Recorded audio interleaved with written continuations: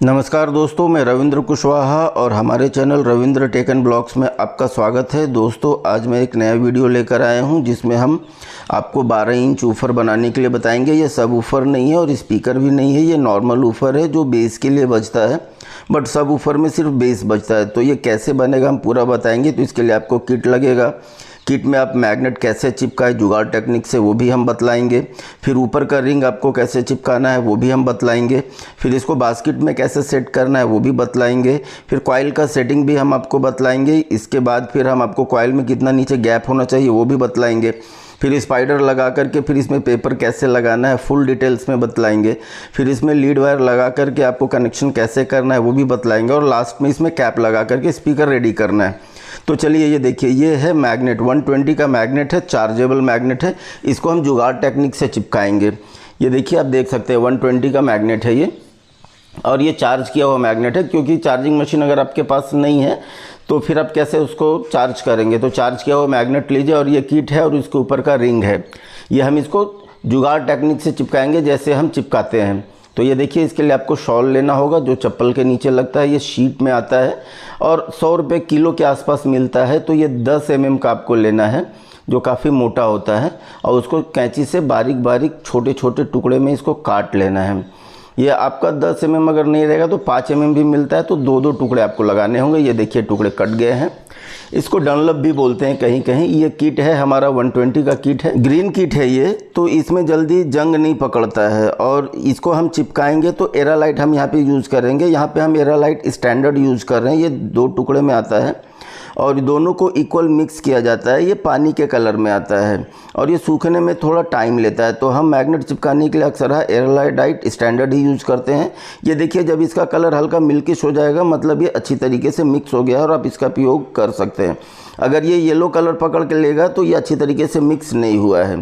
तो इसको अब हम एक पतले स्क्रूड्राइवर की सहायता से अपना जो 120 का किट है उसके नीचे तलिए में जहाँ पे मैग्नेट चिपकेगा वहाँ पे हम एरालाइट को काफ़ी अच्छी तरीके से फैला ले रहे हैं।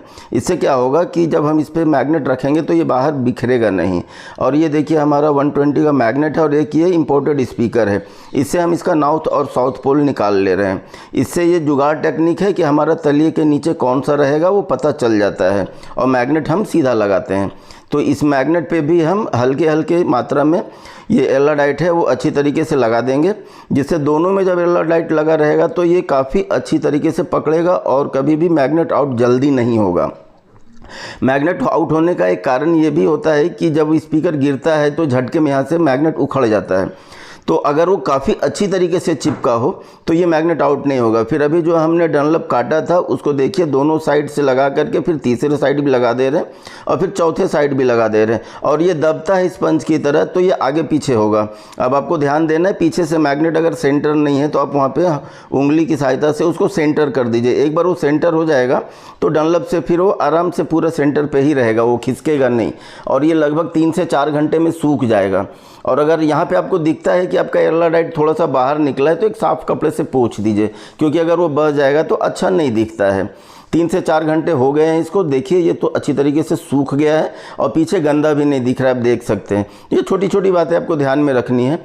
अभी हम डनलप का सीट निकाल दे रहे हैं और इसमें अब रिंग कैसे चिपकाएंगे उसका आप जुगाड़ देखिए। तो ये किट और मैग्नेट काफ़ी अच्छी तरीके से चिपक गया है। अब इसमें हम ऊपर का जो रिंग है वो चिपकाएंगे। तो इसके लिए ये देखिए, 10 नंबर की पीवीसी सीट हम लिए हैं।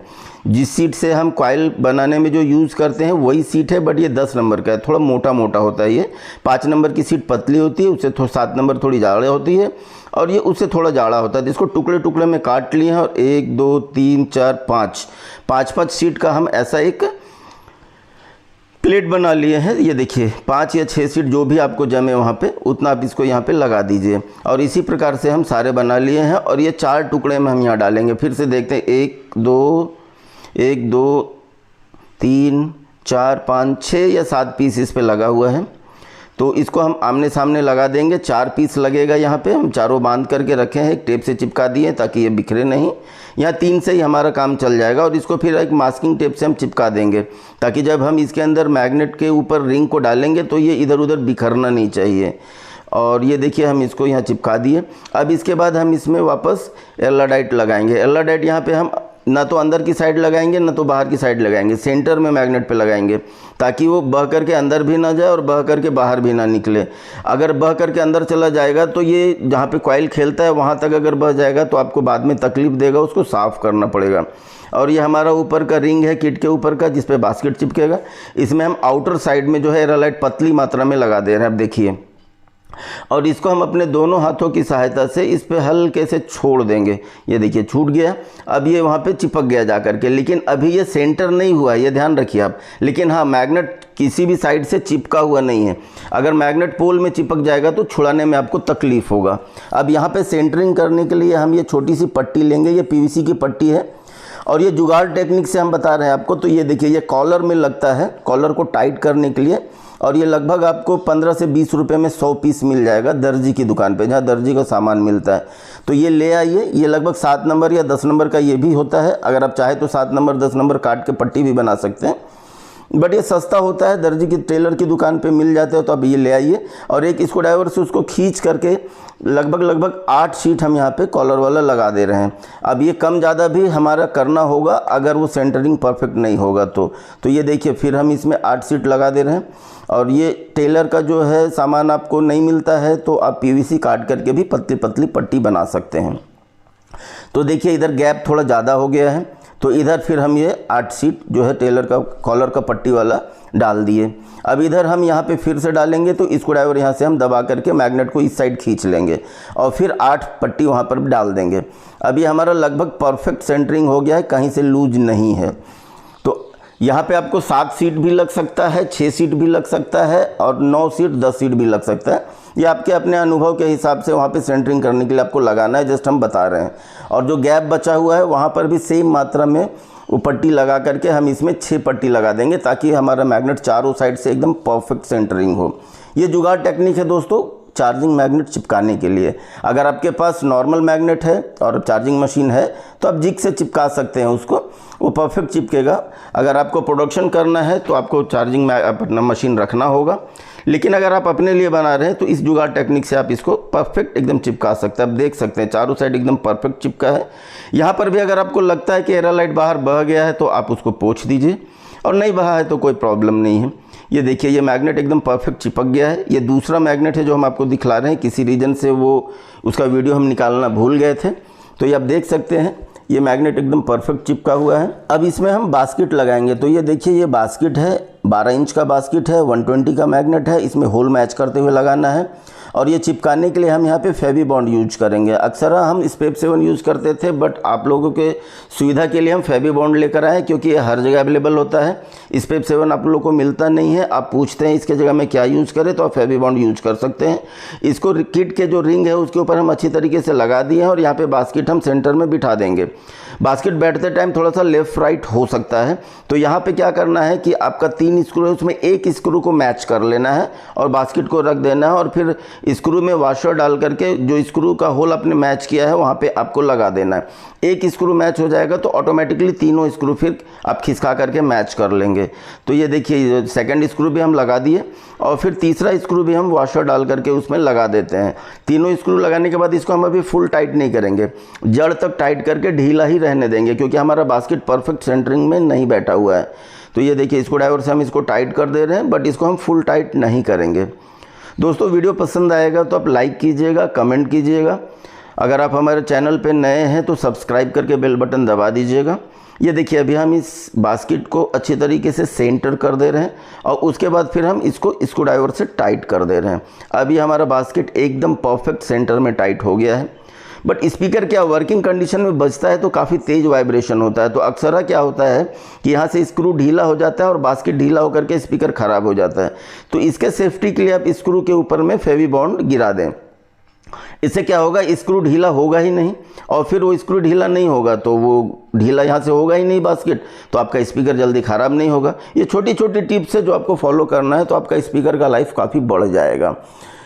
अब इसके बाद इस पर हम कॉइल सेट करेंगे दोस्तों। तो ये देखिए, ये हमारा कॉइल है, हमारा ही बना हुआ डबल 4 लेयर का कॉइल है।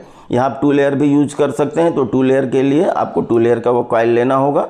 और ये देखिए, हम इसके पोल में सेंटर कर दे रहे हैं। पोल में आपको यहाँ 10% ही बाहर रखना है, कॉइल ये देख लीजिए 10% ही बाहर रखना है, ज़्यादा बाहर रखेंगे तो फिर ये जल्दी जलेगा। और हम इसके नीचे गैप कितना है वो भी दिखा देते हैं। ये देखिए इतना कॉइल खेलने के लिए गैप होना चाहिए। हम आपको स्केल से माप करके इसको दिखलाते हैं। ये देखिए इसमें लगभग 10 से 12 14 mm आपको कॉइल खेलने के लिए जगह है। तो ये कितना भी तेज़ वाइब्रेशन लेगा तो नीचे पट पट की आवाज़ नहीं करेगा। लेकिन अगर आप कॉइल बड़ा लगा देंगे और अगर नीचे गैप कम हो जाएगा तो पट पट का आवाज़ करेगा वर्किंग कंडीशन में। यहाँ पे एक 10 नंबर की सीट लेकर के कॉइल का आउटर भी हम चेक कर लिए, कॉइल आउटर से कहीं टच नहीं हो रहा है। और अंदर चूँकि 10 नंबर की सीट लगा करके 5 नंबर की 2 सीट से हम जाम किए हैं तो अंदर भी और बाहर भी परफेक्ट सेंटरिंग बैठा हुआ है। अब यहाँ से ये स्पीकर हमारे मित्र है मारूफ शेख, ये स्पीकर बनाएंगे, हम इनको स्पीकर बनाना सिखला रहे हैं।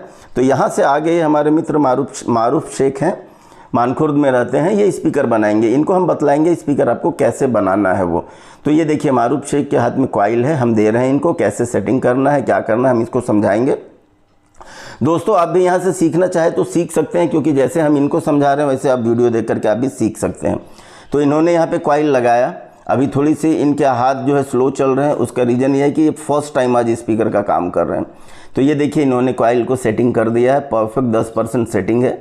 अब हम मारू भाई को बोलेंगे कि इसमें जो है सो 5 नंबर की सीट लगा करके इसको जाम कर दें। तो अब फिर से देखिए इसका कॉइल का सेंटरिंग एकदम परफेक्ट है।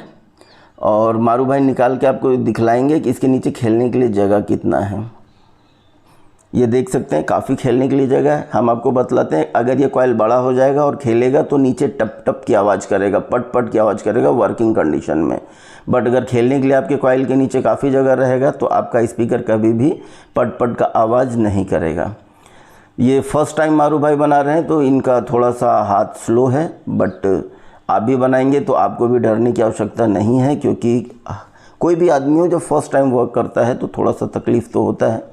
अब ये देखिए मारू भाई से हम मतलब यहाँ पे जो है वो 5 नंबर की सीट लगा करके कॉइल को जाम कर दे रहे हैं। कॉइल जाम करना है इसके लिए ज़रूरी है कि जब आप स्पाइडर लगाएंगे तो कॉइल जिस सेंटरिंग में आपने सेट किया है वहाँ पे एकदम परफेक्ट सेट होना चाहिए।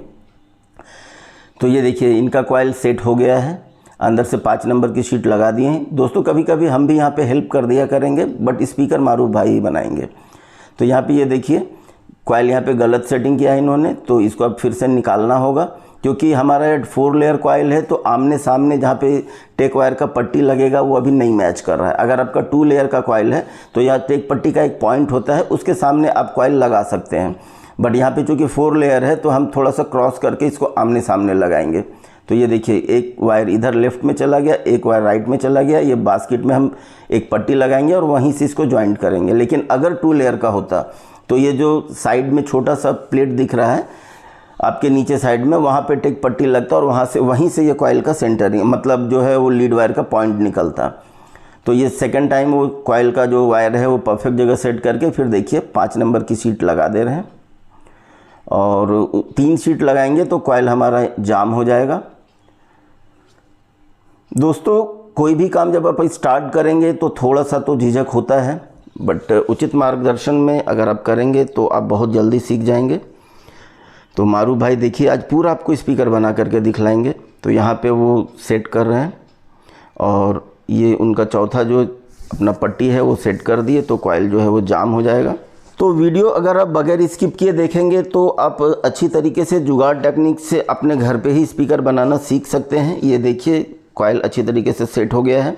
अब यहाँ पे मारू भाई को थोड़ा मैं हेल्प करूँगा, तो अभी यहाँ पे स्पाइडर मैं ही लगा रहा हूँ। स्पाइडर लग जाने के बाद हम इसमें पेपर डालेंगे। ये रबड़ कोन है और इम्पोर्टेड रबड़ कोन है, काफ़ी अच्छा है। ये मिड बास के लिए काफ़ी अच्छा पेपर माना जाता है। इसमें आपको मिड भी आएगा और बेस परफेक्ट आएगा। अब इसका हम स्पाइडर का सेटिंग देखते हैं। स्पाइडर और कॉइल के बीच में गैप दिख रहा है, आपको भी दिखलाते हैं हम थोड़ा नज़दीक ले जा करके। ये देखिए, तो अब फिर से देखिए स्पाइडर और पेपर के बीच में गैप है। तो यहाँ पे हम फ्लैट स्पाइडर लगाए थे, उसके जगह में यहाँ हम कप स्पाइडर लगाएंगे। यहाँ पे कप स्पाइडर लगेगा। तो ये देखिए हम इसको निकाल दिए, स्पाइडर भी निकाल दिए। और यहाँ पे दोस्तों एक चीज़ ध्यान रखिए कि आपका जो स्पाइडर है और पेपर का जॉइंट अगर एक जगह होगा तो आपका स्पीकर का लाइफ काफ़ी अच्छा बढ़ जाएगा और वो ज़्यादा दिन चलेगा भी और अच्छी तरीके से बजेगा भी। तो ये देखिए हम यहाँ पे कप स्पाइडर लगा रहे हैं और इसको हम सेट करके और उसके बाद फिर हम इसमें पेपर लगाएंगे। तो स्पाइडर नहीं बैठा तो ये देखिए एक आपको गोल लकड़ी के टाइप का रखना है और फिर इससे स्पाइडर के होल को बड़ा करके आपको सेट कर देना है। ये आपको हर स्पीकर वर्कशॉप में मिल जाएगा। अगर आप जुगाड़ से ढूंढना चाहते हैं तो ये मेरा टेक्निक है। हम एक टेबल था उसका पाया टूटा हुआ था, उसी को यूज़ कर रहे हैं, आप भी यूज़ कर सकते हैं। और फिर इसके बाद हम देखिए इसमें पेपर लगा देते हैं। अब हम आपको दिखलाते हैं यहाँ पे, ये देखिए स्पाइडर और पेपर एकदम परफेक्ट ज्वाइंट हुआ है। तो ये स्पीकर में क्वालिटी साउंड भी आएगा और इसका लाइफ भी बढ़ जाएगा। तो अब हम यहाँ निकाल दिए हैं। अब हम मारू भाई के हाथ से इसको बिठाते हैं। तो मारू भाई इसको आप बिठा दीजिए, गोल गोल घुमाते हुए आप उसको बिठाइए। अगर नहीं बैठ रहा है तो एक पतला सा सुई लेकर के उसको गोल घुमा करके आप स्पाइडर को सेट कर दीजिए। क्योंकि अभी मारू भाई नए हैं तो थोड़ा सा इनका हाथ साफ़ होने में टाइम लगेगा, बट आज हम इनको स्पीकर बनाना कम्प्लीटली सिखा करके ही जाएंगे। तो ये देखिए स्पाइडर इन्होंने अच्छी तरीके से बिठा दिया है। अब हम इसको यहाँ पे मार्क करवाएंगे, क्योंकि यहाँ पे फेवी बॉन्ड कहाँ पे लगेगा वो इनको पता नहीं है या आपको भी नहीं पता चलेगा। आप बहुत आगे पीछे बास्केट के ऊपर फैला देंगे तो जहाँ पे हमारा स्पाइडर का जॉइंट पकड़ रहा है बास्केट में वहीं पे फेवी बॉन्ड लगाना है। तो ये मार्क करके रख दिए। ये नए सीखने वालों के लिए टेक्निक है, जो पुराने हैं उनको इनकी आवश्यकता नहीं पड़ती है, क्योंकि उनको पता है कि उनको फेवी बॉन्ड कहाँ पे लगाना है। तो ये मार्क के अंदर मारू भाई आप यहाँ पे फेवी बॉन्ड लगा दीजिए। तो दोस्तों अगर आप जुगाड़ टेक्निक से घर पर ही अगर स्पीकर एकदम परफेक्ट बनाना चाहते हैं तो ये वीडियो आप बगैर स्किप किए हुए देखिए। आपको हम यहाँ पे छोटी छोटी जो भी सावधानी बरतनी है वो हम आपको बतलाएंगे, जिससे आप घर पर बनाएंगे तो आपका स्पीकर एकदम परफेक्ट बजेगा। तो ये देखिए फेवी बॉन्ड मारू भाई ने अच्छी तरीके से लगा दिया है। अब यहाँ पे ये स्पाइडर है, इसके ऊपर भी ये फेवी बॉन्ड थोड़ी थोड़ी मात्रा में लगा दे रहे हैं। क्योंकि स्पाइडर और बास्केट में जॉइंट यहाँ पे काफ़ी तगड़ा होना चाहिए, नहीं तो क्या होता है कि स्पाइडर यहाँ से अगर छूट गया तो आपका स्पीकर फ्री हो जाएगा और ख़राब हो जाएगा। और उसके बाद मारू भाई इसको यहाँ पर अच्छी तरीके से गोल गोल घुमाते हुए स्पाइडर को सेट कर दिए। आप भी देख सकते हैं स्पीकर एकदम परफेक्ट सेट हो गया है। अब यहाँ पर हम नए टेक्नीशियंस को बोलेंगे कि आप हल्की मात्रा में कॉइल और स्पाइडर के बीच में फेवी बॉन्ड लगाकर सूखने के लिए छोड़ दें। इससे क्या होगा कि अगर आपका एरालाइट नीचे बहेगा भी तो अंदर कॉइल के पास जाकर के आपको जाम नहीं करेगा। और इसको थोड़ा सा हिला करके घुमा करके उसको अच्छी तरीके से फैला लें तो आपका फेवी बॉन्ड जो है वो कॉइल पेपर और स्पाइडर के बीच में अच्छी तरीके से लग करके सूख जाएगा, एक लेयर पकड़ लेगा। तो जब आप यहाँ पे ऊपर पेपर लगाएंगे तो आपका एरालाइट यहाँ से बह करके कॉइल के अंदर नहीं जाएगा और स्पीकर परफेक्ट बनेगा। अगर आप अनुभवी हैं तो आपको इसकी आवश्यकता नहीं है। तो ये देखिए अब इसमें हम मारू भाई को पेपर लगाना सिखाएंगे। तो उसके लिए यहाँ पे सबसे पहले आपको एरालाइट को कॉइल और स्पाइडर के बीच में गोल गोल घुमाते हुए हम बताएंगे उनको लगाने के लिए। मारू भाई यहाँ पे देखिए आपको ऐसे गोल घुमाते हुए रखना है और राइट एंगल लेते हुए, मतलब स्पाइडर और कॉइल का राइट एंगल लेते हुए आपको वहाँ पे लगाना है। जिससे क्या होगा कि एरालाइट आपका बराबर से स्पाइडर और कॉइल में ही लगेगा। लीजिए लगाइए। तो देखिए मारू भाई लगा रहे हैं। अब फर्स्ट टाइम है इनका, थोड़ा सा यहाँ पे स्पीकर में एरालाइट कम ज़्यादा भी हो सकता है, ज़्यादा गिर जाएगा तो गंदा भी दिख सकता है, बट आपको यहाँ टेंशन नहीं लेना, इससे बजने में कोई प्रॉब्लम नहीं होगा। स्पीकर को ये देखिए स्पाइडर को फिर हम बता रहे हैं कि एरालाइट जो है स्पाइडर में इस तरीके से गोल गोल घुमाते हुए आपको लगाना है। अनुभव के साथ आपको भी लगाना आ जाएगा। अभी हम ही लगा देते हैं यहाँ पे। ये देखिए इसको आपको रखना है और फिर गोल गोल घुमाते हुए लगा देना है। फिर आप चाहें तो जो आपका ऊपर पेपर है उसके जड़ में भी आप एरालाइट लगा सकते हैं, बट ये कंपलसरी नहीं है, ये ऑप्शनल है। आप चाहे तो लगा देंगे। लगा देने से क्या होगा कि आपका पेपर जो है कॉइल में काफ़ी अच्छी तरीके से पकड़ेगा और यहाँ से आपका पेपर उखड़ेगा नहीं। लेकिन आप नहीं भी लगाएंगे तो भी चलता है, बट लगा देने से वो एकदम परफेक्ट हो जाता है। अब मारू भाई यहाँ पर जो है सो आप रबर रिंग चिपकाने के लिए फेवी बॉन्ड बास्केट के ऊपर लगाइए। तो आप यहाँ पे गोल गोल घुमाते हुए पूरे बास्केट के ऊपर फेवी बॉन्ड को अच्छी तरीके से लगा दीजिए। दोस्तों ये वीडियो टीचिंग के हिसाब से हमने बनाया है। अपने एक फ्रेंड को हमने जब बताया इसको बनाने के लिए तो हमको लगा कि अगर इसी वीडियो को हम अपलोड कर देते हैं तो आपको भी लगेगा कि हम आपको ही बनाने के लिए सिखला रहे हैं, तो आप यहाँ पर जल्दी सीख सकते हैं। क्योंकि हम इनको बता रहे हैं, इंस्ट्रक्शन दे रहे हैं, उस हिसाब से मारू भाई वर्क कर रहे हैं। तो ये देखिए फेवी बॉन्ड अच्छी तरीके से लग गया है बास्केट के ऊपर। तो ये पेपर यहाँ पे आपको रख देना है और फिर चूँकि आपका रबर रिंग है उसमें इस तरीके से उंगली डालते हुए आपको फेविबॉन्ड अच्छी तरीके से रबर रिंग और बास्केट में गोल गोल घुमाते हुए चिपका लेना है, क्योंकि आपका रबर रिंग में जब फेविबॉन्ड चिपकेगा तो ही आपका वहाँ पे जो है वो पकड़ेगा। और यहाँ पे आपको ध्यान रखना है कि जो आपका बास्केट का जो होल है और जो आपका रबर रिंग में वो होल है वो मैच करते हुए लगाना है। और दोस्तों कहीं पे भी अगर आपको एयरलाइट या बोन टाइट या फेविबॉन्ड अगर लग जाता है तो एक साफ़ कपड़े से पोंछ लीजिए। जब फर्स्ट टाइम आप प्रिपेयर करेंगे तो थोड़ा सा रफ तो होता है। और इसको गोल गोल घुमाते हुए मारू भाई इसको जो है आप मैच कर दीजिए होल। और फिर जब होल मैच हो जाएगा, देखिए हाँ गोल गोल घुमाते हुए मैं होल पे आ गया। अब यहाँ पे आप इसको छोड़िए और इसको जो रबड़ है उसको चारों साइड अच्छी तरीके से प्रेस कर दीजिए। ये थोड़ा सूखने में टाइम लेगा, 10 मिनट में जब फेविबॉन्ड आपका सूख जाएगा तो अपने दोनों हाथों की उंगलियों की सहायता से रबड़ और बास्केट को अच्छी तरीके से चिपका दीजिए। यहाँ पे देखिए ये रबड़ जो है बास्केट में काफ़ी अच्छी तरीके से चिपक गया है। तो अब हम इसमें लीड वायर लगाएंगे।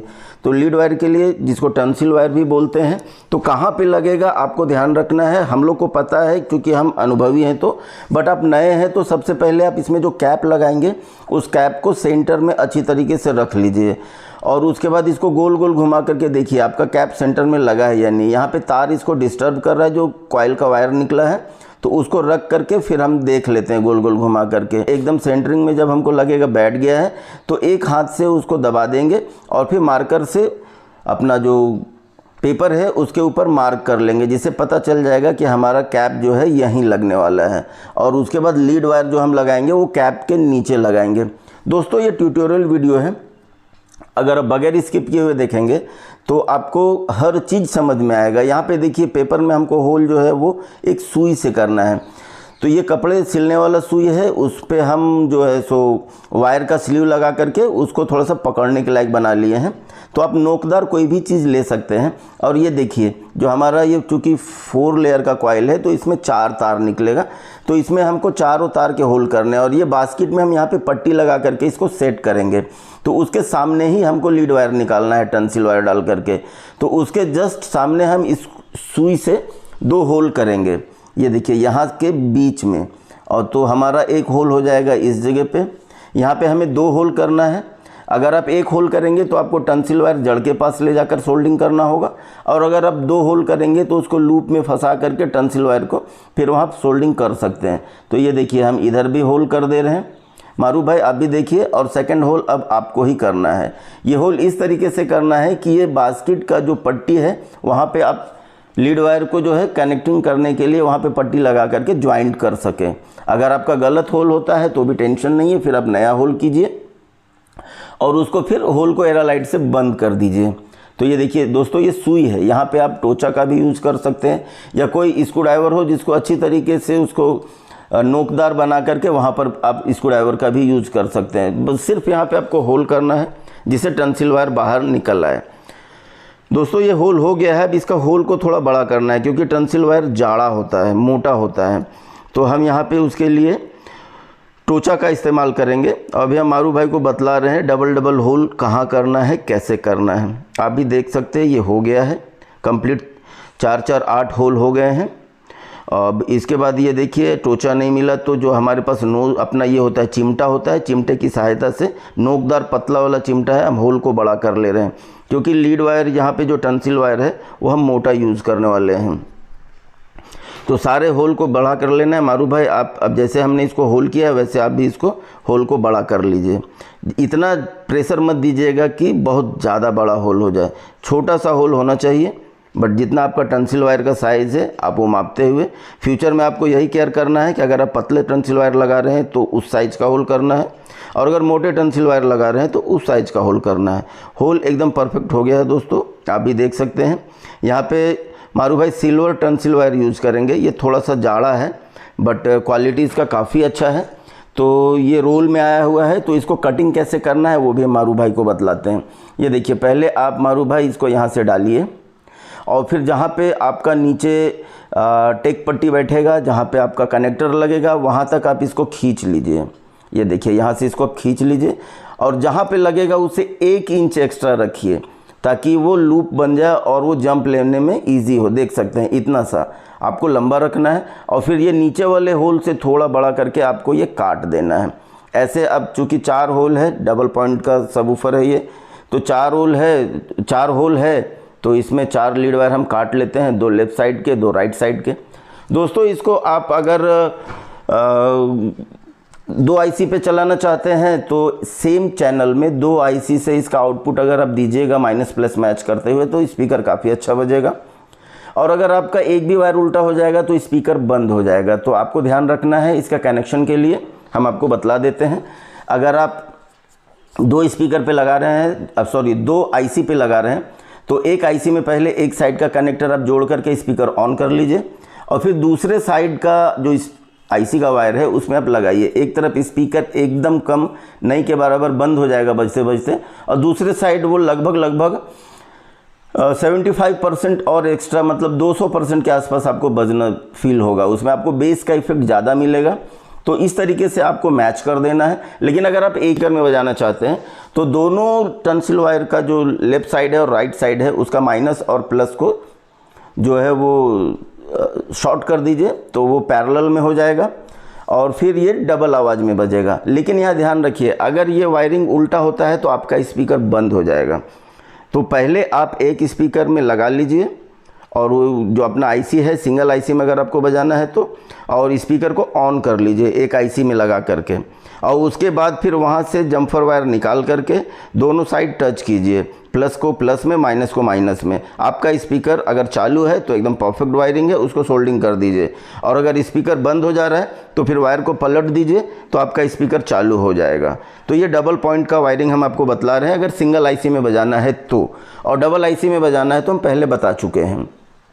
इसके ऊपर हमारे पुराने वीडियो भी अपलोड है, जो डबल पॉइंट का हम स्पीकर बनाए उसमें भी हम उसका वायरिंग बताएं। आप उसके भी वीडियो देख करके सीख सकते हैं, वायरिंग आपको समझ में आ जाएगा। अब ये लीड वायर जो है वो अच्छी तरीके से देखिए पेपर पे लग गया है। तो अब इसमें हम जो कॉइल का वायर निकला हुआ है उसको जोड़ेंगे। तो दोस्तों हम हर बार आपको बतलाते हैं, मारू भाई को भी हम बतला रहे हैं। देखिए मारू भाई, सबसे पहले आप एक स्क्रूड्राइवर लीजिए और वायर को जड़ के पास उसको दबा दीजिए, जिससे वो अपना पूरा जितना जगह हो उतना ले लेगा। और उसके बाद इसको गोल गोल घुमाते हुए आपको यहाँ पे टाइट कर देना है, लेकिन खींचना नहीं है। अगर आप खींचेंगे तो जड़ के पास से वायर निकल जाएगा, टूट भी सकता है। आपको एकदम हल्के हाथों से यहाँ पे उसको गोल गोल घुमाते हुए लपेट देना है। और ध्यान रखना है कि जो आपने वायर को जड़ के पास दबाया था वो वहीं पे दबा रहे। लेकिन अगर आप ये गोल गोल घुमाते हुए नहीं, अगर आप सोल्डिंग करते हैं, डायरेक्ट सोल्डिंग कर देते हैं, तो फ्यूचर में अगर वो ड्राई सोल्ड होगा तो स्पीकर आपका बंद हो जाएगा। तो हम छोटी छोटी टिप्स जो है आपको बतला रहे हैं, इससे आपका स्पीकर का लाइफ बढ़ जाएगा।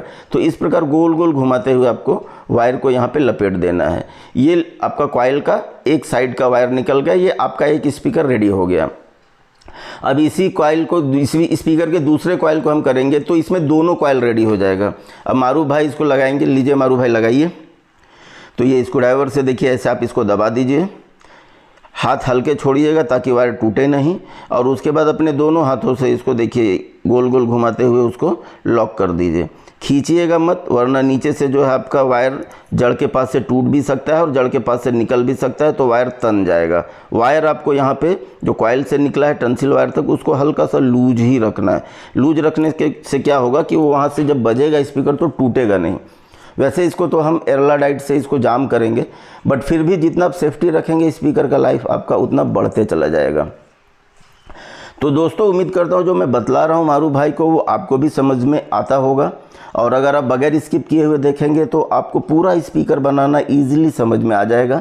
ये देखिए मारू भाई, हाँ बराबर एकदम शाबाश, बहुत अच्छी तरीके से आपने उसको जड़ के पास दबा दिया है। अब इसको आप जो है वापस टंसिल वायर में ढीले हाथों से आप देखिए वहाँ पे थोड़ा सा और दबाइए। हाँ बराबर एकदम परफेक्ट दब गया है। अगर वहाँ पे वायर आपका बाहर निकला रह जाता है किसी कारण से, अगर आपका चेपी पेपर से वायर बाहर निकला रह जाता है तो वहाँ पे आपको फाइनल टचिंग के टाइम पे आपको एरालाइट डालना पड़ेगा मारूफ भाई। तो ये देखिए यहाँ पे मारूफ भाई अब इसको भी लपेटेंगे और उसको गोल गोल घुमाते हुए यहाँ पे टंसिल वायर में उसको लपेट करके जाम कर देंगे। तो दोस्तों आप भी इस वीडियो को देख करके स्पीकर बनाना सीख सकते हैं। और जो टेक्निक मेरे पास है, जिस टेक्निक से हम स्पीकर बनाते हैं, हम वही आपको बतला रहे हैं। दोस्तों एक चीज़ यहाँ बताना चाहूँगा कि मेरा इस लाइन में उस्ताद कोई भी नहीं है।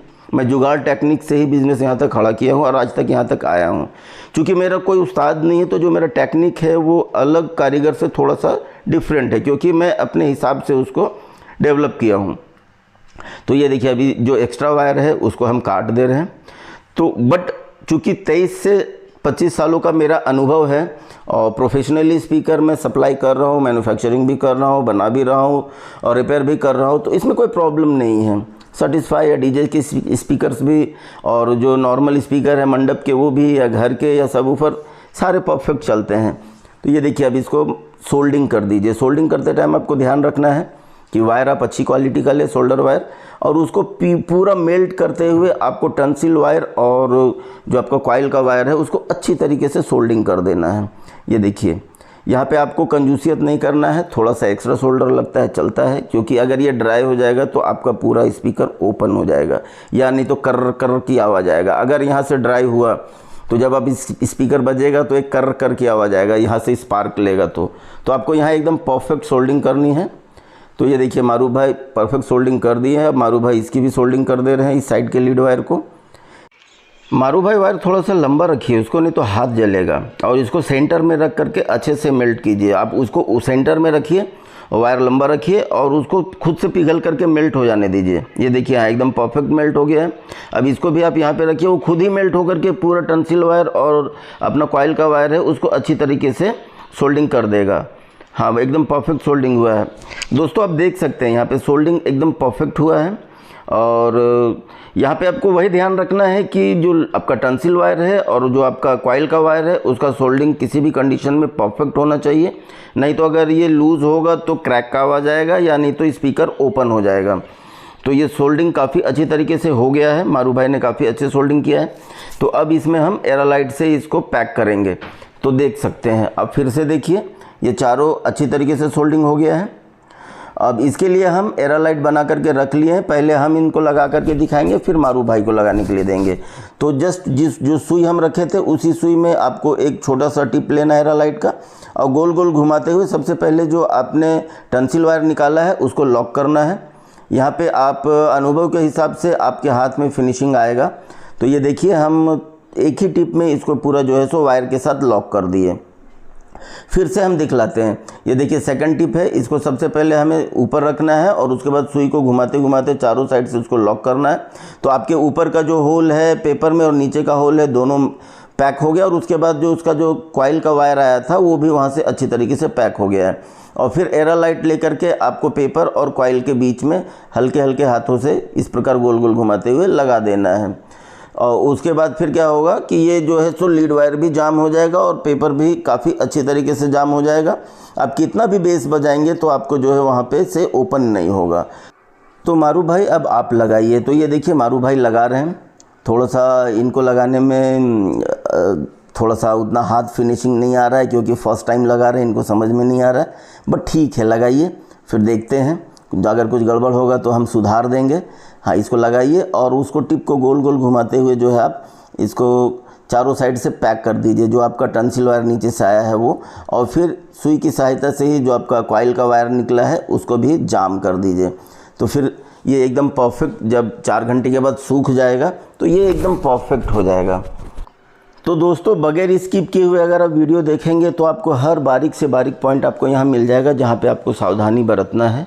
और अगर आप फर्स्ट टाइम बना रहे हैं तो थोड़ा सा रफ़ भी होता है तो उससे कोई प्रॉब्लम नहीं है।